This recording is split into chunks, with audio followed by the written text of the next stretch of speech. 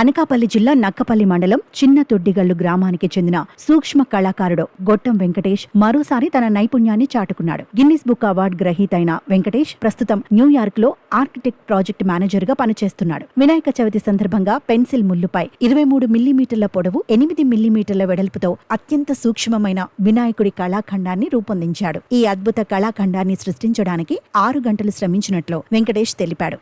అందరికీ నమస్కారం అండి. నా పేరు డాక్టర్ గట్టి వెంకటేష్. నేను సుష్మా కళాకారిని మరియు Guinness book of world record holder.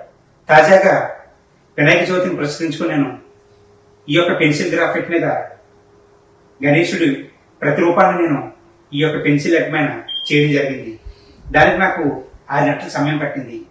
దాని వెడల్పు 8 మిల్లీమీటర్లు, దాని పొడవు 23 మిల్లీమీటర్ల వ్యాయంలో నేను దాన్ని రూపుదిద్దుకున్నాను. సో ముందుగా మీ అందరికీ నా యొక్క వినాయక చవితి శుభాకాంక్షలు.